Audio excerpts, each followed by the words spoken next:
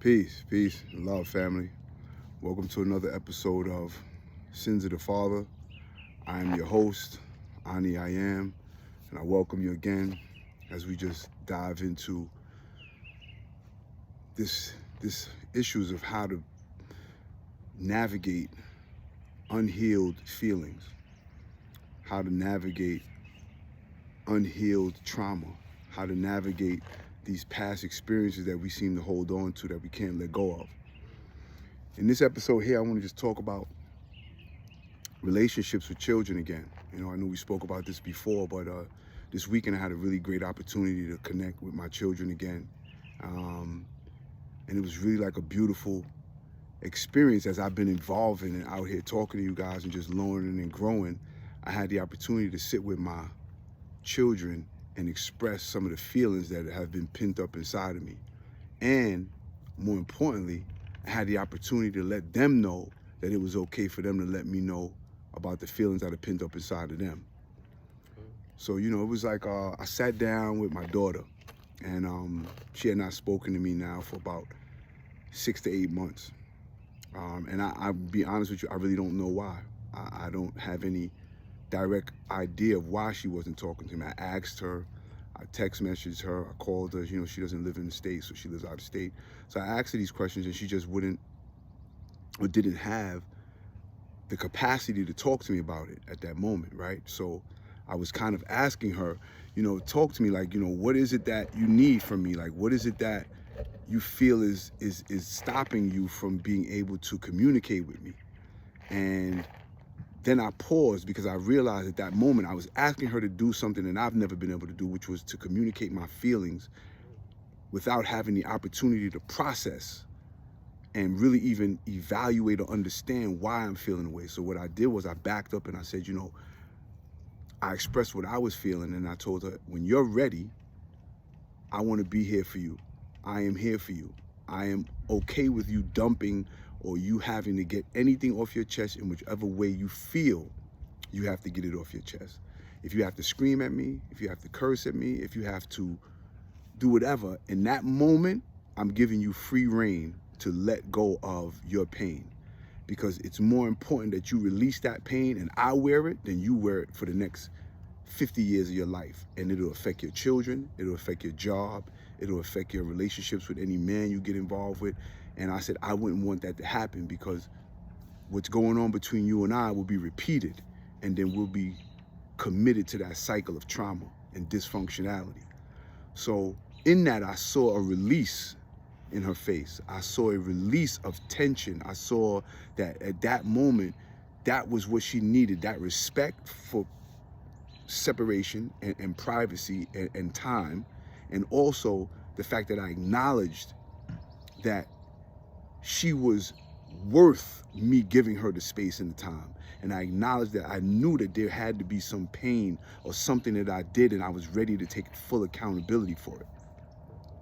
So in that, I just thought to myself, how powerful that is when we give another person the grace and opportunity to, in their own time, heal from those wounds, in their own time, be able to receive the validity or the validation that their feelings are valid enough that you are willing to wait out till that time comes. It was really so important to me, and it was like really like an eye opener, and it made me realize how many other people and other things that could be done with, right? Because we go through relationships, we have relationships with our parents, that we have feelings that our parents may not be emotionally mature enough to come to us and say, hey, you need to let go of something, come on and come dump it, I'm here, I can accept it, I wear it. So we have to sometimes be mature enough for our parents and say, hey, I'm emotionally intelligent enough, I'm emotionally mature enough to come to you and say, hey mom, hey pop, there are some things that may have happened in our past that I'm struggling with, and I would love to have the opportunity to build with you or talk to you or release these things so that we could have a much better relationship. So it's been really amazing to see how this transformation can affect relationships, not only in the present moment, but in the future now. Because now there's a level of vulnerability, a level of strength that happens in that moment where we can now sit there and feel connected, feel heard, feel relieved of these stresses, because they really are stresses. They really are, you know, really heavy moments that are worth taking the time out to heal from. They really are, you know? And how important is your relationship to your children? Think about it. How important is your relationship to your children? How important is your relationship to your parents? Is it not worth the time, effort, energy, and vulnerability to ensure that you can release that? That you are giving somebody the grace, and you are giving yourself the grace, because we got to heal as well, you know? I don't want to make it all about anybody else, because this is part of our journey as well. I'm almost 100% certain that we all love our parents and our children. You know, of course, we got our angles with them and things that they may have done and this and that, but I'm sure that we love them. So isn't their ability to forgive and release you worth that opportunity? Isn't it worth that moment of vulnerability? Isn't it worth the time, energy, and, you know, it's a fear. So let's be clear. Like, it's a fear that you have that you're not releasing and you're not going in and having that conversation, because you don't want them to explode. You don't want them to say something that's going to hurt you. And you don't want to say something that you think is going to hurt them, because you're trying to, you know, again, be conscious of hurting another person. But when you pre-frame it, when you pre-frame this conversation with love and empathy and compassion and consideration and these different things, it becomes a lot more palatable. It really does. It becomes a lot more palatable, and it's received a lot more differently. And I think that if we do that, we give ourselves and the other person a chance to heal. And when you just think about it in that way, and you really take a minute and you really think about it, it's the necessary step for not only you and that person to heal, but what about the other people that they are going to interact with, that they would have hurt because they did not heal? So you begin to heal almost like a pyramid, right? You heal this person heals this person, then that person heals 3 other people under them, and then those 3 people, and before you know it, your one act of vulnerability and nobility and compassion and empathy literally affects a triangle of people. And you may change somebody who would have done something that would have been catastrophic to others. Think about that. You may stop somebody from doing something that would have been catastrophic to others. So how important, how beautiful, how loving was that? And I know, you know, some people think that the love thing is overrated, but if you think that way, I would beg you to please take a minute and rethink that. I mean, ain't nothing more important than love. Ain't nothing more important than, and when I say love, I'm talking about love as a verb, not the love as the passion. No, I'm not talking about that. I'm talking about love as a verb. Love is an action word, that you are doing the work continually. There's nothing more important than love. You know, I had a discussion that I was saying to a brother. I was telling him, you know, love is when your great grandmothers and your ancestors was in the field tilling the land to feed their family. That was love. It wasn't the fact of them hugging the baby and cuddling the baby and goo-goo got. That ain't, you know, I'm not saying, again, let me not say that's not love, but that's not the full capacity or the full encapsulation of love. Love is about action. Love is about a continual doing of a thing repeatedly or over and over again for the benefit of another. That's how it shows that you love that person. You love your children because you do all kinds of things over and over again. You'll risk your life, your liberty, your limb, and everything else you got to help your children out. Sometimes they don't deserve it. Sometimes they don't even appreciate it, but it has nothing to do with what you're going to do. Because a lot of times they don't appreciate it, right? A lot of things that we do, they don't appreciate. But it's not about that. It's about that love. And I think with love, love is a cure. And it's a preventative measure.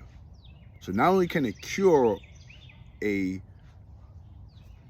wound or a bruise or a broken heart, not only can it cure that, but it can actually prevent it if you use love as a preventative measure. If you use love and live in love intentionally, it can cure that.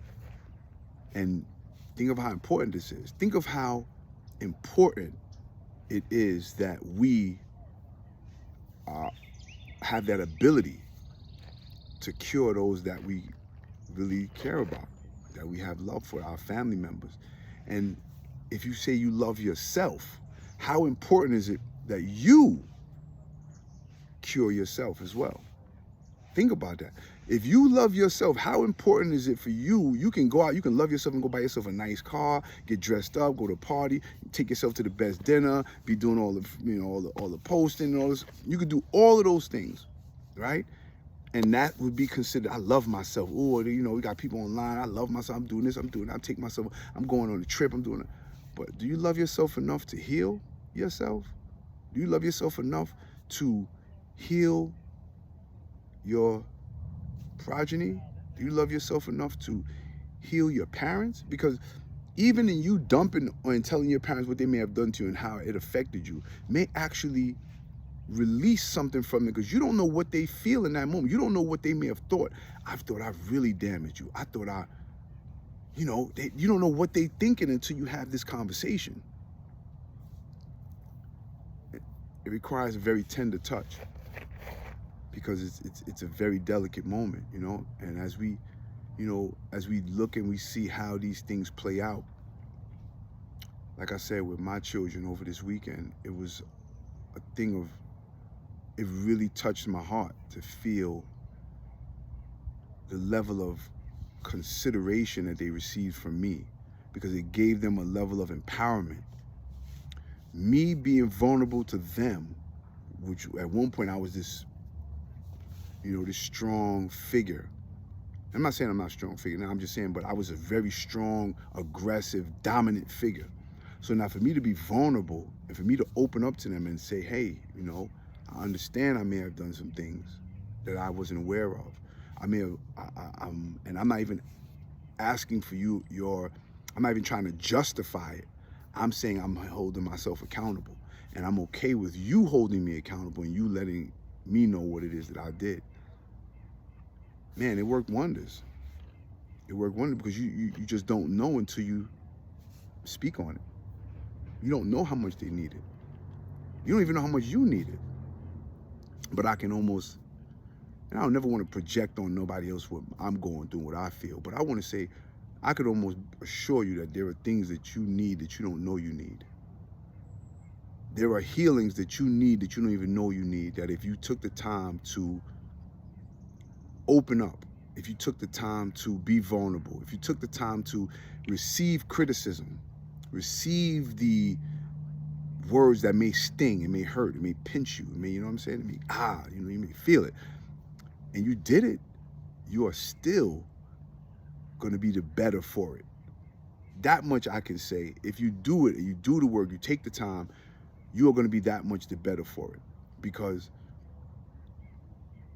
healing is like, it's almost the opposite of an infection, but it still infects, if that makes sense, right? So an infection spreads and infects other parts. Well, healing does the same thing. Healing then begins to heal the things around it, especially when you're continually in that nature, when you're continually in that presence of mind to receive the healing. You will continually grow, flush out the impurities, flush out the negativity, flush out the the hurt, the pain, the absence of answers, and I think that is super important for us as a people, as humanity, and I'm not talking about a race, I'm talking about humanity.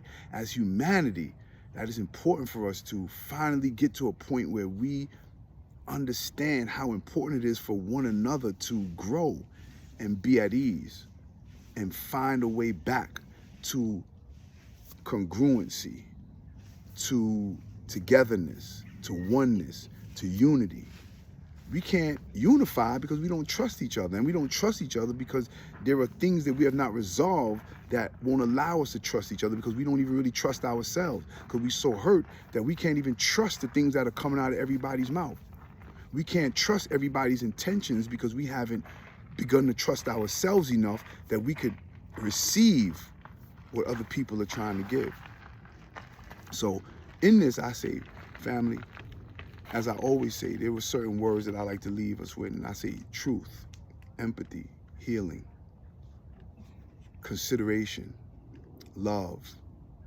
And I meditate on these words. Think about these words. Think about, the healing journey. Think about the sacrifices that people have made for you to be better, not for you to be worse. Most of the people that love you did not intend to hurt you. They hurt you because they were hurt. Hurt people. And them not knowing what they were doing may have caused you pain, but you got to be able to forgive. So forgiveness is another word. Gratitude. Be grateful for the moment where you can actually be vulnerable. Be vulnerable is another word. You meditate on these words. Think about these words. When you see the face of your mother or your father or your uncle or whoever it is that may have wronged you, think about being graceful. Think about being forgiving. Think about being compassionate and having empathy. Do you really know their story? Do you know what their whole life was like? Do you know what they went through? Do you know what their parent and relationship was like and what it may have been at all times? You may think you do, but you may not. And then you may not know how they received it, how they absorbed that. And in that, was there some dysfunction that came out to you? Break the cycle. Let's break the cycle so that we could unify again and build up humanity. And that only happens through love and empathy and through healing and through acknowledgement of our pain. We can't ignore it because all we can do is repress it. And if we repress it, we live it out over and over again through so many different stories, so many different ways, but not until we really be aware of it, challenge it, take it head on, and work on it do we then find our way back to a unified love. So love, peace, family. Thank you again for tapping into another episode of Sins of the Father. Again, I'm your host, Ani I Am. I ask you to like, share, and subscribe. And if you know anyone that may benefit from anything that was said, I ask you to please share this with them, because that's what it's really about. It's about we each one teach one, and we pass this information along so that we can all grow and heal. Peace, family.